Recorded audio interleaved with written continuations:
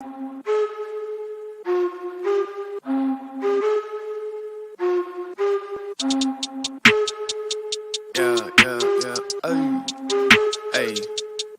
I said, excuse me, but you don't understand where I'm at. I was all around the world, on span, across the map. I've been laying low and now it's time to pop up, bitch, I'm back. Now I'ma run it up. Snooze on the kid, that you dumb or what? You better go get your numbers up.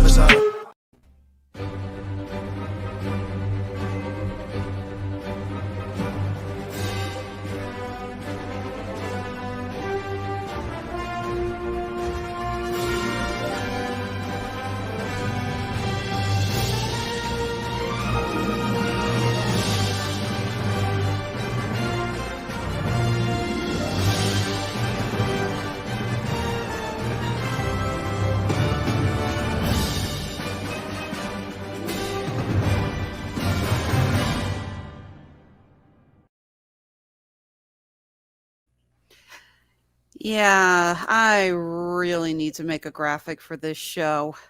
Ladies and gentlemen, welcome to the MCU'S Bleeding Edge.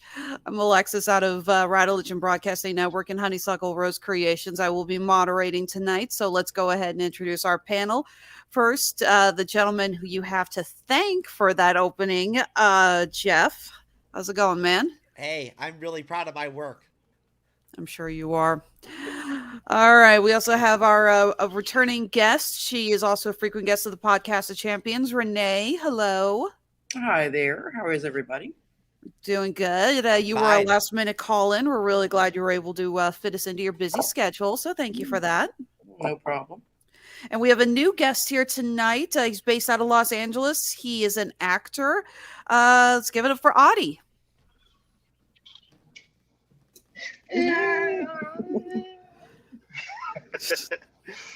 Am I saying is it Audi or Audi? Where's the accent? Audi. Audi. So it's like the car. Okay. Audi. Yeah, I was named after Audi Murphy. I don't know if anybody knows who that is. Yeah, I do. Anybody? Most decorated soldier in World War II. Became an actor. Nice. Wow. Very cool. All right. Well, we're glad to have you on, man. Thank you for joining us. All right. So tonight's a little different. Before we get to talking about, actually, okay. Jeff, I believe you wanted to start off tonight's show discussing. Well, first we're going to do the trailer for Moon Knight, correct? Yeah, I've got the Moon Knight trailer. I'm going to go ahead and play it right now. We got a couple. Hello, and welcome to Staying Awake. I have a sleeping disorder. I can't tell the difference between my waking life and dreams. Hello, and welcome to Staying Awake.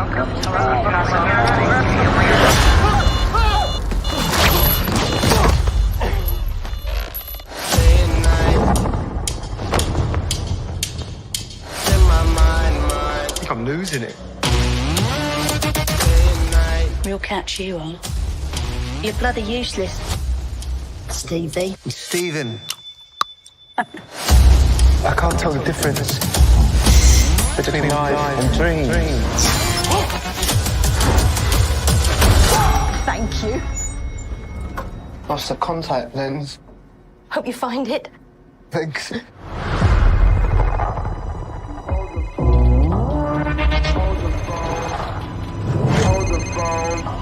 Now hold the phone. Yeah. Oh my God, you're alive. What's wrong with you, Mark? Why did you call me Mark?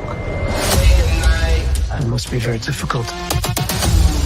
The voice in your head. Shut up! There's chaos in you.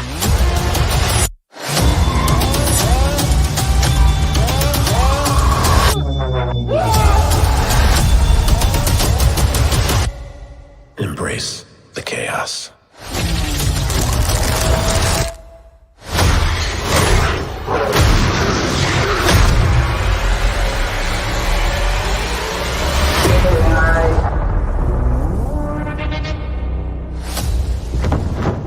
At night.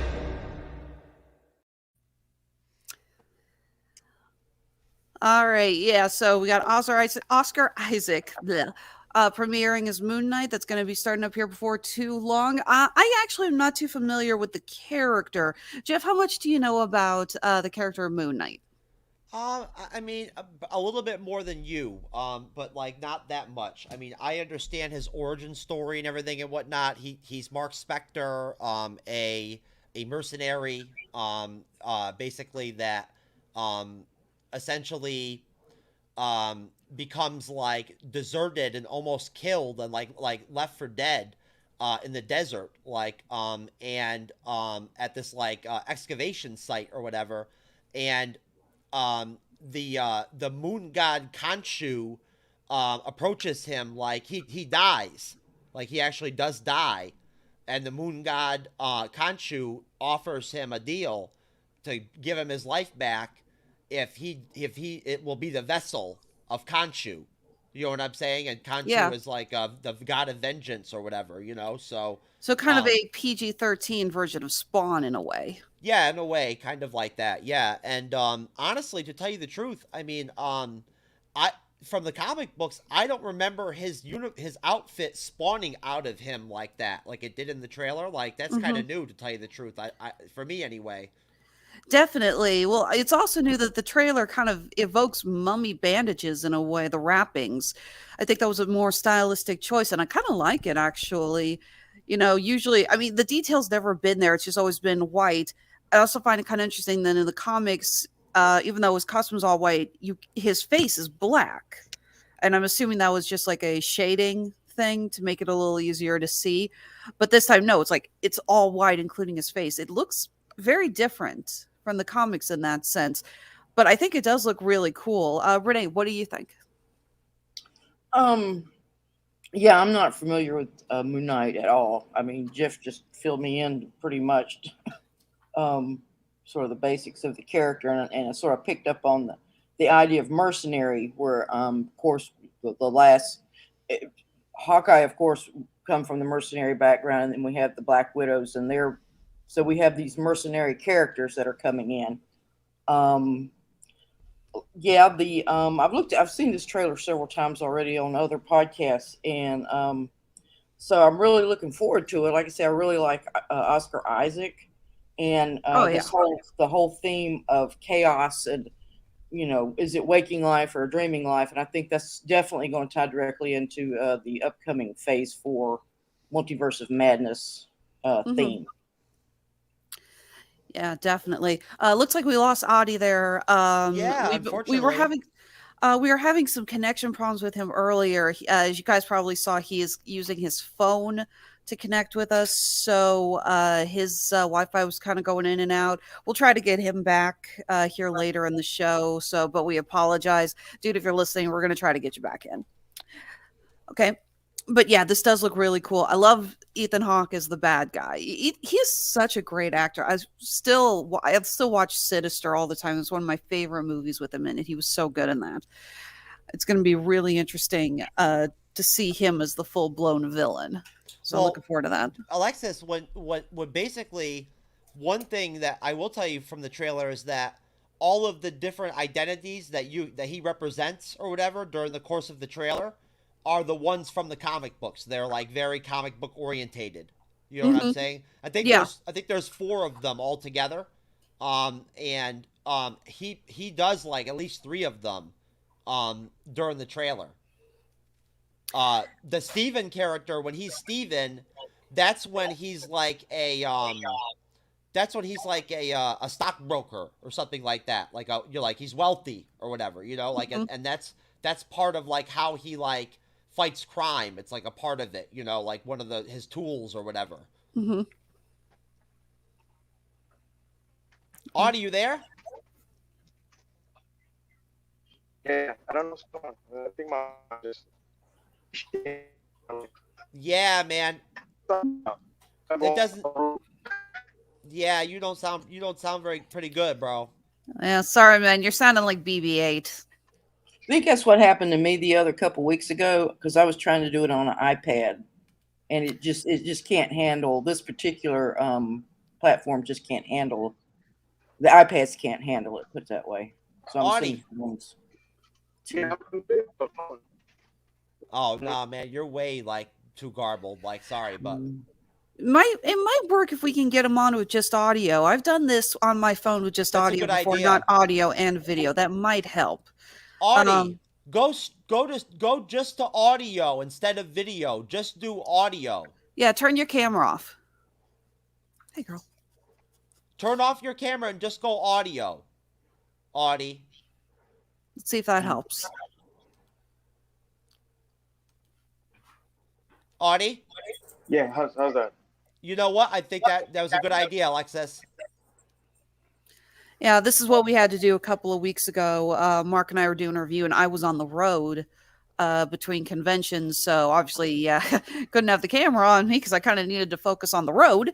So Yeah. I talked to him just over audio. So I think Renee's right. I don't think iPhones and iPads, mobile devices like that, can handle StreamYard for both that. Remember, Alexis Arch had problems that one night with his setup or whatever. He had to go straight audio eventually. You know what I mean? Yeah. So Audi, how can you hear? Can you hear us? Okay. I mean, you guys sound like a bunch of Transformers, but it goes in and out, but it's fine. We As can long as you guys can do. hear me. You sound clear as day, man. You sound great. Yeah, all right, perfect. So I just turn off my camera and it's just the mic. So I hope that helps. Yeah, it does.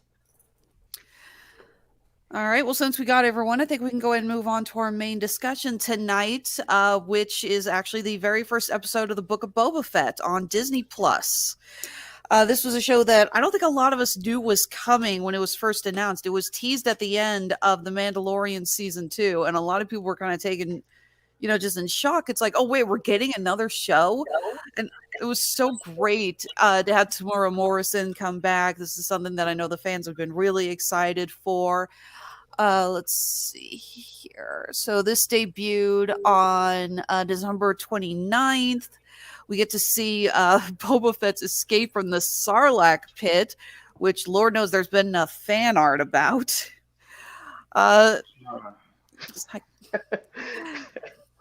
So we got fan art? So one of the big things with the show is that we got a split timeline on this. We're showing both the what is their present, which is Boba Fett taking over Jabba's territory, and we're seeing his adventures between when he escaped the Sarlacc pit and when he met up with the Mandalorian, with Pedro Pascal's character, which we saw in The Mandalorian season 2. So first thing is, I want to know what you guys think about the idea of doing the split timeline and how well you think it works. Renee, let's start with you. Yeah, I saw this back a couple weeks ago and first saw it.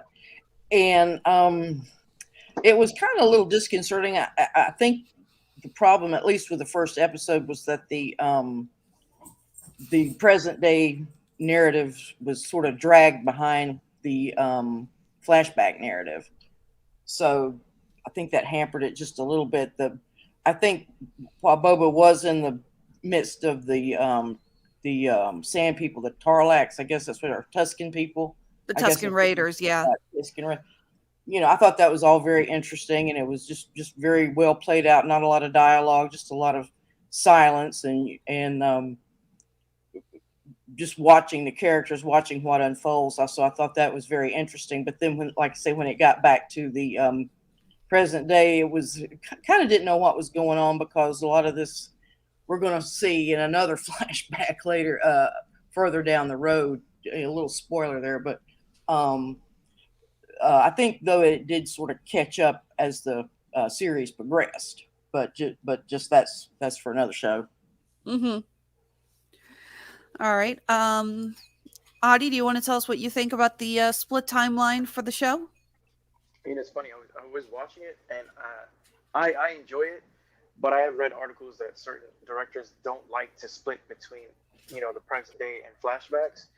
They feel like people can follow it just fine. But I mean, I think that because the show is a limited episode and it's going to be, explaining what happened to Boba, I think it is important that they have like the main and then the flashback, so we can see what happens and we can connect it. But I gotta say, if somebody's like watching it and be like, "What's going on?" But For me personally, I get what's going on, and I like that they do that, because then you're like, oh, this is what he went through to get to this point, and then they converge together at a certain point, and then keep the plot going.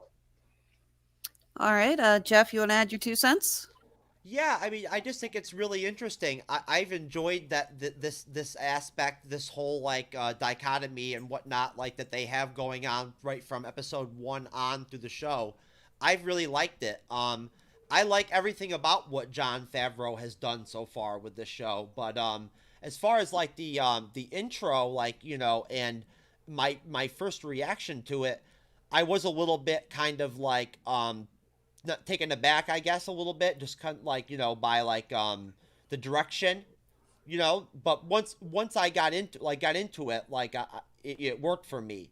But I will tell you that as far as like the whole thing with the Scarlac or whatever the hell it's called, that was like so interesting to me. Like, what an interesting way to start an episode, like, or to start a show like that. But like to have him literally like be like have to fight his way out of like that thing or whatever, it was cool. It was really, really cool to watch. And listen, I didn't watch The Mandalorian yet. Was this Boba Fett character and this actor in The Mandalorian? Yeah, season 2. Okay. Yeah. I didn't know that. Yep, season 2 The Mandalorian shows how Boba gets his signature armor back, which we saw being stolen off of him in this episode by the Jawas. Ah, okay. Because Lord knows you can't trust the Jawa. You can't trust them. Shits. Yeah, I know, right? You look at them, you're like, man, they're so cute. Hey, where'd my wallet go? You're not wrong. You're not wrong. I might have to steal that line. I like that. So yeah, we've seen so much fan art of seeing Boba Fett burst out of the Sarlacc. I actually didn't know that his armor was Beskar, and that's how he survived. I mean, it makes sense. And we know now that the Beskar armor can't survive the acid of the Sarlacc pit, which is kind of a cool detail. That Sarlacc was really sucking him dry there. I was watching, like, how is he gonna get out? And then he got out all, wet, dry, kind of. And I was like, oh. I guess you're not going to call the Sarlacc pit again. She's really... Well, assuming he's like, just that the short time he was there, he was affected so much that he has slow deterioration. And that's what the tank that we first see him in, that he has to go to that tank ever so often. Thank you for explaining that to me, Renee. Yeah, and the back to tank is also a good way to help break up the timeline a little bit, because the flashbacks that we've seen so far have been while he's recovering in the Bacta tank. So we can kind of accredit them to him having flashbacks in his memories, kind of reliving while he's in that healing stage. I do love there's someone online, a friend of mine, who cannot stop complaining about the Bacta tank though, because he's lying down, he's on his back, and he's got the mouthpiece, like your basic scuba tank mouthpiece. He's using that to breathe, but his nose is uncovered. And he keeps pointing out that physics says that he should still drown. Because if you're lying back like that and your nose is open, you're still going to have water going up your nose, regardless if you're breathing out of your mouth or not. So he should still drown. Well, we don't know what Bacta fluid is. It may have properties that would not necessarily drown someone nasally. Possibly. I want to get some of that Bacta tanking, that Bacta juice, and sell it, because it's doing wonders. I like that. There's a great meme going around that shows Deadpool trying to get into the Bacta tank, and Boba Fett says something to the effect of like, "You're gonna have to be in there for a while," and Boba Fett's like, "I've got my rubber ducky. I'm ready for it." So he's lost. So yes, we get the timeline, the flashback that he has lost his armor from the Jawas, and he is kidnapped by the Tusken Raiders. We see him digging for the black melons, which I'm guessing is like getting water from a cactus, I think is what we're led to believe. Is anyone got any other ideas on how that works? No, I mean that's got to be it's got to be something like that, because they just seem to be out there. If you just dig like anywhere, kind of in the desert, in a certain spot or whatever, they're just there. Yeah, being on a desert planet. I mean that's kind of crazy. You just dig out an egg and be like, here, you got. Yeah, and like the liquid that comes out of it is like, I think is like very restorative too. It's not just like water. It's like, you know what I mean? Like it actually like has something to it. It's like playing Legend of Zelda. Just go digging through there. Oh, look, there's a coin. Yeah. Let me just pick this up. Let me put this in my mouth. It'll be okay. Exactly. Well, they may be buried. These may be caches of water fluid that the Tuscans have buried, and they sort of know, because we got to say the Tuscans are sort of based on Bedouins, tribesmen. So if you sort of think in terms of how they do things, living out in the desert all the time, and have to know the desert like the back of their hand, then you can sort of understand that maybe it could be stuff they've buried, or if it's something that grows there naturally, they know how to ferret it out. I wanted to say that what you said reminded me of Dune. Yeah. Very much. Yeah. That's what I was thinking when you said that. It does. It is kind of just like Dune. Freaking great movie. Mm-hmm. Yeah. Oh, absolutely. Really good. Yeah. So got that. Going back to the current timeline, we have Fett. He is laid claim to the area. We see a couple of people offering him tribute. Let's see here. We see him going to the cantina called the Sanctuary. Oh, you know what, Alexis? If you don't mind me jumping in real quick, I actually wanted to say something connecting kind of what Renee said earlier about how interesting the whole experience was, seeing him like work his way up with the Tuscans. You know what I mean? Like go ahead. How that all played out and everything. Like that was really interesting. Like I really that was probably for me the coolest part of the episode. For me was that part. Like I really enjoyed that whole concept of the fact that like he had to kind of like earn his keep and everything and whatnot with the Tuscans, you know, like to kind of find his place with them and everything, you know what I mean? And then like, he becomes like a part of the tribe and everything and whatnot, you know what I mean? Like and everything. Yeah, absolutely. I found that really interesting. Yeah, they were whooping his ass. They were whooping his ass though. He saves the chieftain's son, I think's what brings him in. Yeah. Might be the chief's son. It's just it's, on the Wikipedia it says it's just a Tuscan child. Mm-hmm. So well, even so, yeah. So it might just be like, hey, he saved a kid. But either way, and we are going to see in future episodes how he continues to climb and become more accepted by the tribe, which is really a fascinating look. And it's also very fascinating because they do so much of it with very little communication. Boba does not speak the language of, well, I don't know what you'd call that a language. I don't know how the Tuscans communicate. Oh, the donkey talk? Yeah, they sound like That's actually very accurate. Yeah. It could be like seals. You know, you think about if sea lions, that's the sound they make. And that would sort of explain the muzzle type appearance they have. Yeah. Yeah, but now all I can think is that episode of Pinky and the Brain where Brain learned how to talk sea lion. I just know if you're out in the desert and you hear that, you're like, what the fuck? What is that? What is that? You just hear a donkey screaming at you? That would be terrifying. I don't even... So going back, we got the Sanctuary, the Cantina, and the Cantina and Mos Espa, run by Garza Whip, I think is how it's pronounced, played by freaking Jennifer Beals. Really, that's the actress who played the lead in Flashdance. Yep. She looks good as a Twi'lek. What? I was sitting there like, damn, you fine for an alien. That's what I was thinking too. And she's got to be in her 60s. Let's see here. I got the page up here on Wikipedia. She is 58. She's 58. Yep. So close, yeah. So we got that. We got them getting attacked by the assassins out front. Boba is injured, and he sends Fennec Shand. Of course, so we got Fennec Shand returning, who's kind of now Boba's right right-hand assassin, assistant, right-hand man, whatever you want to call her. What do you guys think of Ming-Na Wen? Whoa, someone got a little high pitch there. What do you guys think of Ming-Na Wen playing this role? Let's start with Audi. You wanted to take the first on that?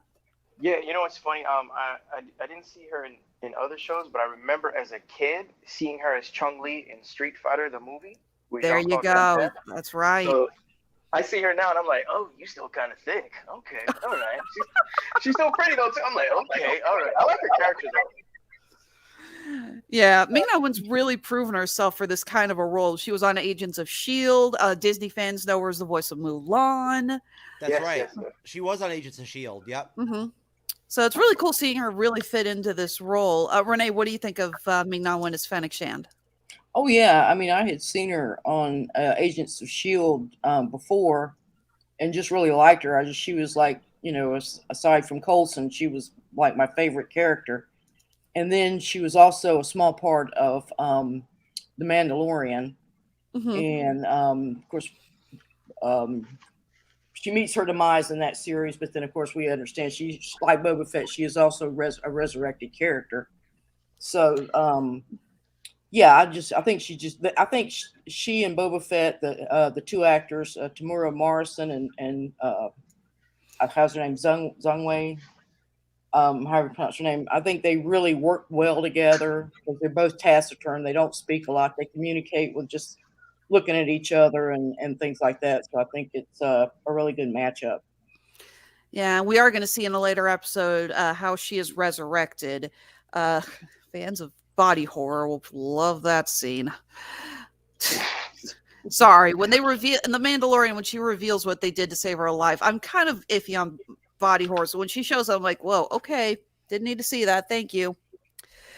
Oh, you saw that as body horror? She's got gears in her body. Yes.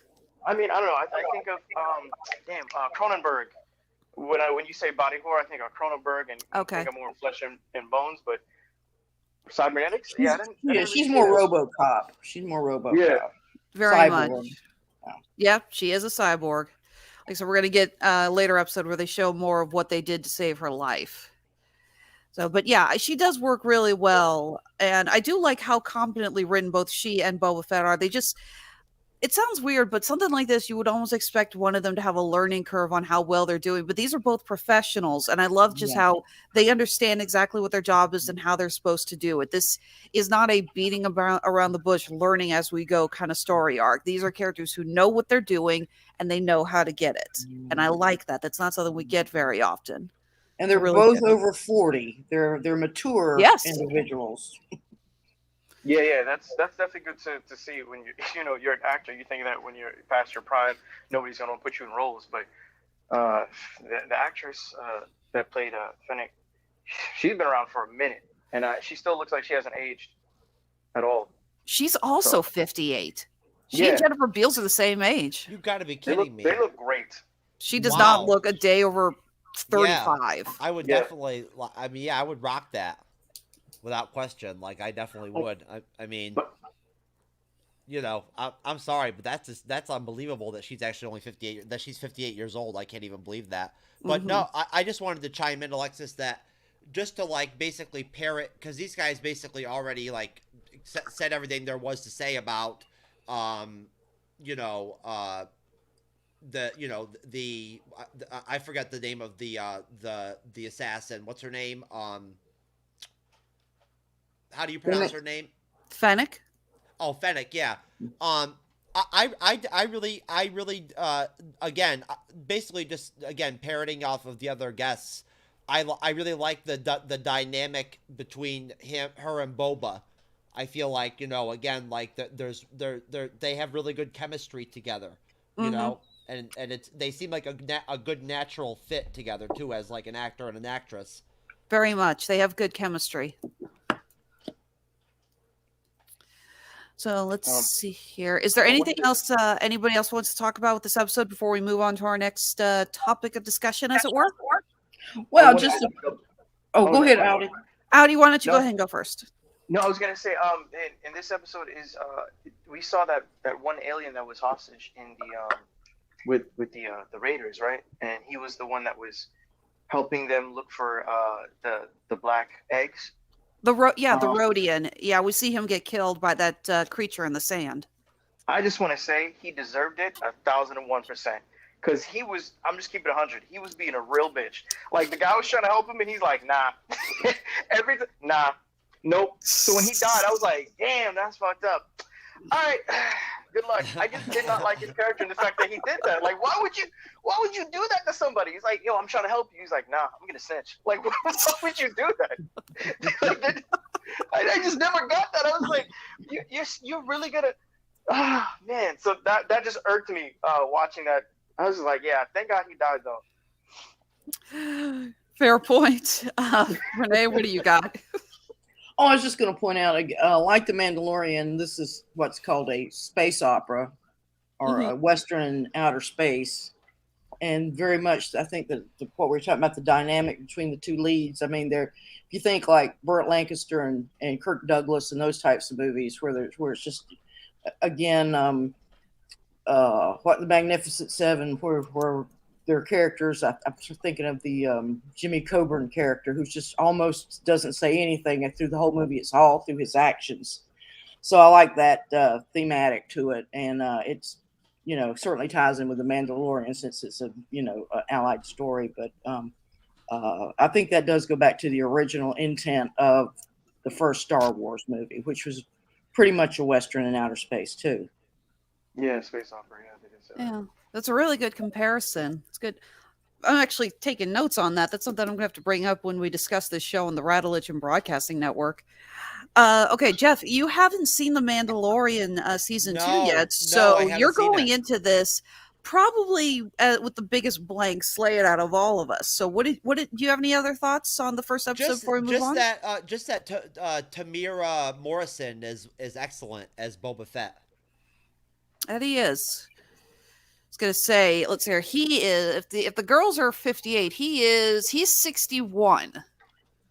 And again, he looks incredible.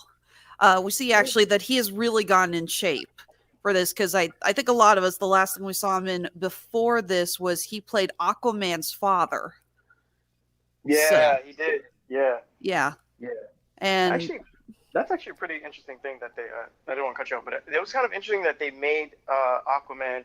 I think he's. I don't know if I'm saying it right. Maui? Something like that. Yeah. Yeah, I think it made kind of sense that they made him that way because of how their culture is with, the ocean, the sea, and I was like, that actually made his character even more interesting. Like his whole look and aesthetic. I was like, okay, they changed it in a way that I saw it more of as an improvement because it had a connection with a culture that had more to do with seafaring and, water. And I just thought that was interesting.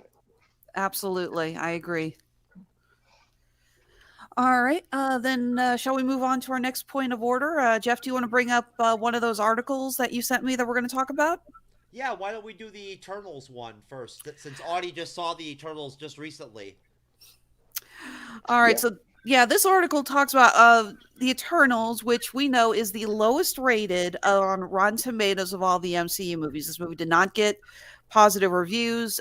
Jeff, you and I did a show on this a while back, and you and I both agreed we weren't fans of it. Real quick, in 20 words or less, Audi, since you just saw it, what did you think of Eternals? It was pretty. It was pretty. Yeah, it was pretty. But I grew up with DC, so some of these characters in Marvel, I'm like, who the fuck is that? Who's that? Who's that? Who's this? So when they were saying that they changed the race or the gender, I was like, I don't even know who the person was in the first place. But it was okay. It was good. I felt like could have been a TV show. Yeah, but that's the same thing. That's the same thing Alexis thought too. Yeah, that's the same thing I brought up. I said this should have been a series on Disney Plus, so we could take time to get to know the characters. Yes. Yeah. Renee, what did you think of Eternals in 20 words or less? Pretty much agree about it should be a TV series. It would have worked much better because while I liked the first act and the third act, the second act was torture. Getting the band back together. Yeah, segment. It's like pick up your cues, people. I do not like dead air and stares. and nothing going on in the background. I'm just like, somebody fight already. Somebody fight. Dude, punch him in the face. Come on. Yeah. Yeah, definitely. So, Jeff, do you want to pull up the article on the side there? Yeah. Oh, hold on 1 second. I don't have it. I don't have it. Oh. I'm already like. I apologize. Give me 1 second, and I'll pull it up. He was thinking about Jennifer Beals and Finnick. Right? Pretty much. Here, you guys entertain yourselves for a split second. I got to take care of a whining lab. Uno momento. Okay. And let the dog out too. But yeah, I look at some of those aliens in Star Wars, and it's like, nah, I would never sleep with that. I'll sleep with that. Oh, that's nice. Oh, wait, that's not so nice. So I like the fact that they make the actresses look more presentable, because there's some of those aliens that are just not attractive in any form. Like, I'm like, oh, and then the Twi'lek's supposed to be sex slaves, so I'm like, man. I thought the whole Tiamat and the other what do you call that thing? Celestial being. I thought those were just well done. I really love the whole where he comes rising up out of the ocean sequence. Yeah, those really well done. Those aliens. Yeah. But it does beg to be like, so nobody else saw this? When did this happen? Yeah, they could improve on that in the future by bringing this up, but it does still seem weird. It's like we got one news report. It's not talked about at all in No Way Home. So Yeah. it's like, so does anyone else want to talk about the giant hand and face that just appeared out of the ocean, which has also probably caused serious tsunamis and other, global issues? I mean, I refuse to believe something like that did not come up, and we're not getting epic global reactions like volcanoes and earthquakes and everything. It's like, this has to affect the planet. Well, but they're using a different form of energy. So they may be able to control the tsunamis and all that, and so that it's less catastrophic than what we think it would be. Possibly. So this article that Jeff found earlier talks about, it says, why Eternal's low rain doesn't make it an MCU disaster. And one of the big things it talks about was how this movie, while, we may argue, may not be up there with other members of the MCU films, is still leaving an impact because of the way it was shot and the cast. This is one of the most diverse representative casts we have ever seen in a movie, let alone a Marvel movie. We have so many different ethnicities. We have our first gay superhero. We have our first deaf superhero, not counting Hawkeye, who I know has hearing loss, but we're talking like fully deaf.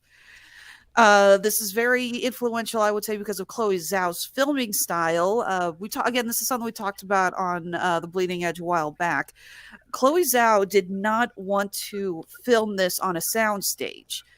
Nearly every scene was filmed on location somewhere. There's very little blue screen or green screen, whatever she used. I don't know. She was very adamant they use a lot of natural lighting. So this is a very beautiful, Audi said this is a very beautiful film. It really is. Why am I staring at a picture of Stewie Griffin? Brian.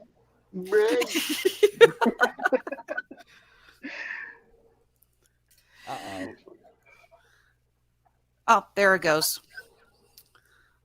So yeah, it is a very gorgeous film, no doubt about that. And I think that this is going to have an influence on future movies. I think that the bar has been set not so much for story and characters, but for more practical aspects of filming, like casting and for cinematography.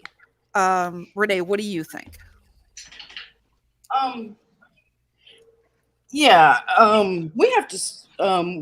I think when we're thinking in modes of like 20 years ago, when box office meant everything, but now these films are coming out in two-tiered forms. So what they're not going to catch in the box office, then they're going to catch it up on their streaming.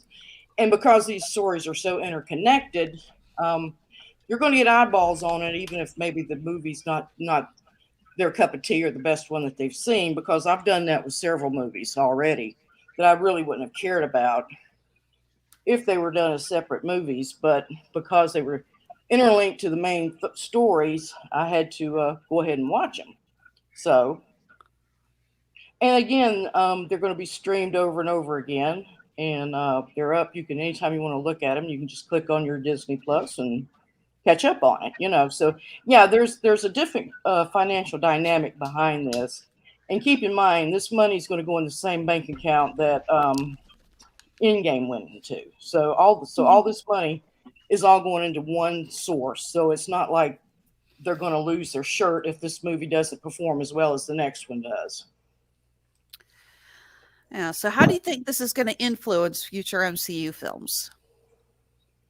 Well, yeah, I mean, that's, well, I don't know how it's going to, in the far future, but it's in the near future, the next 3 or 4 years. Yeah, that's how it's going to be.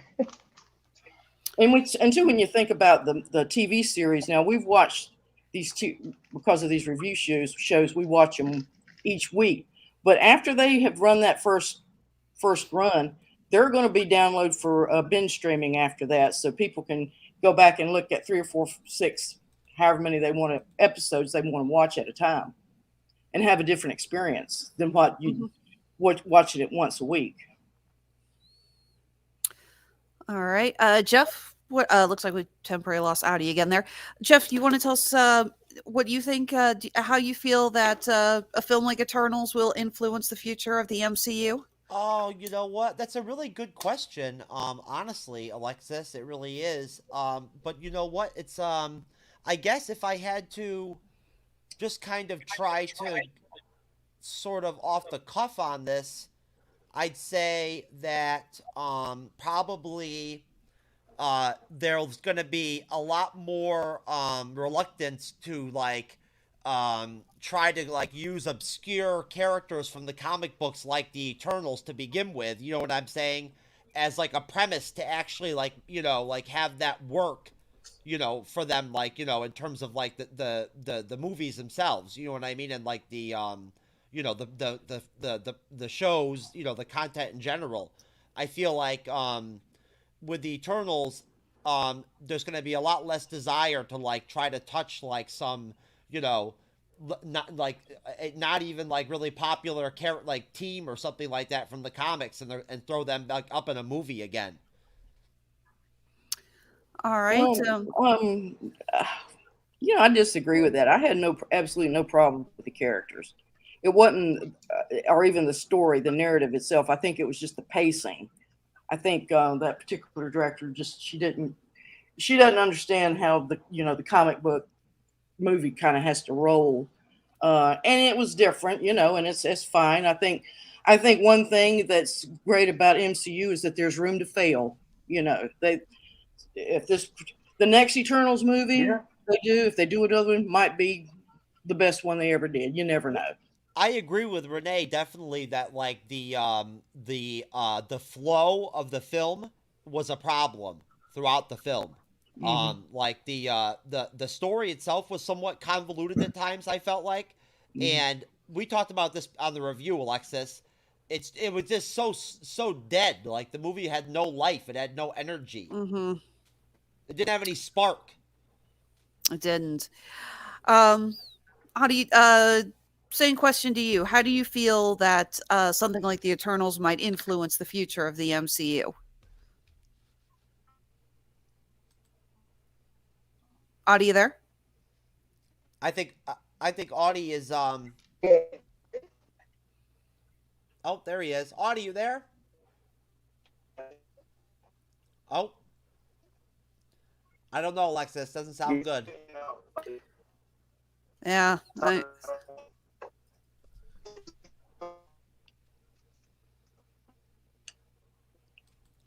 Why don't you go ahead and skip him for now, Alex? And why don't we, Alexis? Okay. Another thing that the article picks up, which we've actually seen this on the screen here for a few minutes, is the fact that one of the other concepts with the Eternals was that it is one of the few times that we were able to take like you guys mentioned, a fairly unknown set of superheroes, but it is very loosely connected with the rest of the MCU. The other films have always been very interwoven with each other, which is what Marvel has been working for, obviously. They've really been trying to keep these stories all intertwined.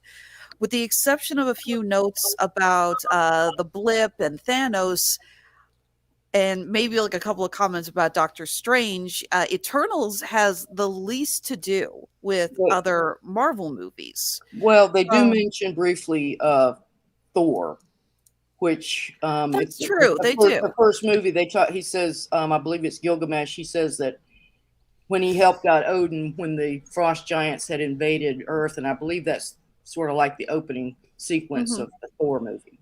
Yeah. There is that. But so do you guys think that maybe this will inspire other filmmakers to try, when they're bringing in more characters, to try to establish things on their own first before they start intertwining? Or do you think that this is going to, because this movie didn't do so well, that this is going to have Marvel, Kevin Feige, and new filmmakers saying, no, we need to intertwine them more? Jeff, you go first. Well, I think that yeah, definitely that they came to the conclusion, probably with the Eternals, that they need to stick to their formula of actually having origin stories, like for individual characters and stuff like that and whatnot, and do all the interconnected stuff in order to, like, you know, facilitate the team aspect working, and selling, like the Avengers did, for instance, in the first Avengers film. You know, it's a classic. You know what I mean? Like, the Eternals was epic, but it wasn't tangible. Like, it was hollow. You know what I mean? Like, if that makes sense. Yeah. And you know, it lacked soul. Like, it, you know, and it certainly, like Renee said, and I think you did too, Alexis, it certainly does not have the same energy that a typical Marvel movie typically would have. You know what I mean? Like, absolutely. Even WandaVision, right? Like, even though people thought it was so boring and slow and whatnot, in the finale they did give us that, like, MCU energy, like with the action and all that stuff. You know what I mean? Like, it was cool. You know, Eternals gave us very little of that as a film. Very true. Renee, you want to add any 2 cents there? Yeah, I agree. I think the comparison to WandaVision, because even though it was like the first few episodes were confusing and bizarre and slow, about 3 or 4 episodes into it, then they begin to explain what this meant, and then you say, now I get it. And then you are able to appreciate those, even though you're remembering them at that point, you're able to appreciate those episodes more. And we didn't have a chance to do that with the Eternals. It was just slam. Here was a half dozen or more characters, and they gave us elevator speeches as far as who they were, and it went from there. And one thing that I did like about it, because one of the things that I'm really interested in is mythology and how myths and everything are passed down through cultures, and how we in the modern age mediated them, like as we have with comic books and things like that and movies. And so I really enjoyed that. And it's sort of like the little tie-in with the ancient aliens idea that these sky people came down and sort of helped start all these civilizations. And as it were, bring fire. Prometheus brings fire to man type of story. Very true. It's a good way to look at it. But wasn't enough of that. I would have liked to see more of that, probably. Yeah, we do get like a couple little comments. I think there's one scene where Sprite mentions about starting the legend of Icarus flying too close to the sun as a joke to their character Icarus. It's like, yeah, can we get more of that? Again, this would have been better with a series, so we could have seen stuff like that. Mm-hmm. So if there's any other, unless there's any other points there, Jeff, do you want to go to the next article? Yeah, why don't we go ahead and move on to the next article? Okay.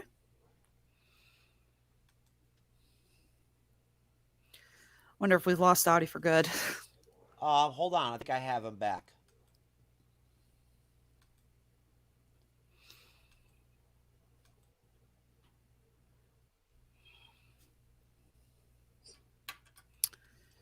So this next article, I'm not going to lie, it's a little cut and dry. It's essentially a quote from Kevin Feige talking about Civil War and how that has impacted the MCU as a whole. The idea of so many characters being on the screen at once is something that had never been done before. Even with the first Avengers movie, we had 6 heroes. This had, what, like at least 10? I'm trying to count in my head. So this was a very ambitious project to do things like that, and the fact and how well they did it really did set the precedent for future MCU movies. So I hate to say it, I don't really know what else we can talk about it there, because I mean, what are we going to say? Was Civil War a game changer? I think we all know that. Yeah. That's true. Well, it could be like a I didn't like test, Captain America too. like bringing all these characters on screen and trying to coordinate them, because this is what's going to happen in the two big finales of Phase 3 in Infinity War and Endgame. So it's kind of a build up for that. Very true. So, but yeah, like I said, we got the quote right here. Yeah, that if this movie hadn't worked, we would not have gotten Infinity War and Endgame and No Way Home. No question. No question. Yeah, so, it gave us the ambition for movies like Avengers, Infinity War, and Endgame. You're right. There really isn't that much to talk about with it, Alexis. I mean, obviously, like Civil War, without Civil War, you don't get Endgame and Infinity War. It kind of broke the mold for the MCU as far as like putting that many characters like out on screen together in one shot. I think we actually lost Alexis there for a minute, unfortunately. You didn't lose me. I had to go get her from barking outside. Oh, okay. Everyone, Cleo, say hi, girl. No, Alexis, honestly, there really isn't that much to talk about with that article. If you want, we can go ahead and do our plugs and stuff like that and whatnot, and we can call it. Yeah, I think that's probably good. Like, unless, Renee, Audi, do you either of you have any other comments you want to put down on this? Well, one thing, though, what they had done with bringing out, they had all those characters. Most of them had a pretty solid origin story up to that point. We knew all those characters. So we didn't have to be bothered with trying to figure out who they were. And we were, we knew their foibles, and maybe we cheered for them, maybe we didn't, all of them. But, even so, we knew them. Yeah. There is that. All right, Audi, 2 cents? Oh, we lost 2 cents is that he's gone. Okay. All right, then let's go ahead and get into plugs. Renee, what do you want to plug? Any future podcasts? Anything else you want to discuss? Let the folks at home know you're going to be working on. Yeah, tomorrow afternoon at Podcast of Champions with the Grandmaster and all the great folks at Sakaar. It'll be 5 p.m. Eastern Standard Time on Skype. And we will be talking the 5th episode of Boba Fett. Awesome. Yeah, I think I talked about briefly joining in, but I'm busy this weekend. It's like got plans. I'll be there as well. I'll be there as well, too. I'll be there with you, Renee. Okay. Yeah, I was going to say busy tomorrow, and Sunday going to be watching the Chiefs play. So, Kansas City hometown girl. Okay. So. All right. Audi, since we got you back, do you want to plug anything real quick? I want to talk about, I know you got a YouTube channel. You want to talk about that? Yeah, YouTube, Instagram. It's all Actor Audi on YouTube and Instagram. And I would plug Rizzle, but nobody ever goes to Rizzle. But no, nobody does, man. Actor Nobody does. Too, so. Nobody does. Nobody even knows it exists. So that's ACTORAUDIE. That's the name of your YouTube channel and your Instagram page. Hello? Can you still hear us? Hello? Audi, there? I feel like I'm in another country. Audi, if you can hear me, I got to tell you, we love having you on the show, man. You're awesome. But before we get you on next time, we got to make sure we get you. Yeah, if you got a laptop, that should work for you. That's what I had to do. And download Chrome. Yeah. So there is that. So, but yes, ACTORAUDIE, that is his YouTube and his Instagram. Go check him out. Very obviously, if you can tell from the stuff he's given us tonight, he is a hilarious gentleman. So definitely he's gonna have some fun. Thank you, Audi. Thank you, Audi. Thank you, Audi. All right. Jeff, do you want me to do my plugs first, or do you want to go do ahead, yours? Alexis. Go ahead. Okay, so the page that we got up here is my personal plug. That is from my company, Honeysuckle Rose Creations, where fashion meets fandom at the intersection of geek and chic. We hand make jewelry made out of upcycled game pieces. We're going to be doing a lot of stuff for the upcoming Valentine's Day. If you are looking for something for your geeky sweetheart, we got you covered. Among other things, we have got tons of romantic couple items that I like. We have these choker sets of some of our favorite geek couples, including Black Panther and Storm. We got Gambit and Rogue. We've got Wanda and Vision. We got a couple of other pieces featuring designs of those candy hearts. I'm actually wearing one of the pieces. These are earrings made out of Battleship tokens. Yep, there's the Candy Hearts pieces that I was talking about. And for fans of Boba Fett and the Mandalorian, we do have some fun Star Wars pieces. We got Mandalorian, we got a Star Wars hair barrette and bracelets. So go ahead and head on over. Our shops are on Etsy and Handmade at Amazon. You can find us on Facebook, Twitter, and Instagram. We just got our Instagram page up and running again. Short version, we got hacked right before the holidays, and our company's Instagram page ended up getting destroyed. So we have just finally gotten it back up and running. So we're starting out new. We're trying to get more subscribers back on, trying to let people know, it's like, no, this is the new page. I swear this isn't spam. But you can go ahead and find us again on Etsy and Handmade at Amazon. You can find us on Facebook, Twitter, and Instagram. That is Honeysuckle Rose Creations, the intersection of geek and chic. And now on for my business plugs. Like Jeff mentioned before, I am a Cleo, will you stop hitting the damn keyboard? This dog is going to kill my computer, I swear. I am a member of the Radulich In Broadcasting Network. We got a full plate ahead of us of reviews coming up. One of our big ones, I believe that's going to be airing tomorrow, is our latest round of Tripped Up Trivia. It's going to be a lot of fun. We just recorded that. We're down to editing. That is, like I said, it's going to be airing tomorrow. The theme for January's game was video games. So we had a lot of fun recording that. February's theme, which we're going to be recording on the 19th. The theme is Everything with the Dark Knight. This is to tie into the release of the new Batman movie that's coming out. Jeff, I know that you're going to be on that game for that one. Looking forward to it, man. Yes, most definitely. So I think we still got a few more contestants really good for that. So if you think your knowledge of everything Batman rivals Jeff's, go ahead and hit up. That's the Radulich In Broadcasting Network. You can hit us up on Twitter or Facebook. Let us know that you're interested in playing, because we're always looking for more contestants.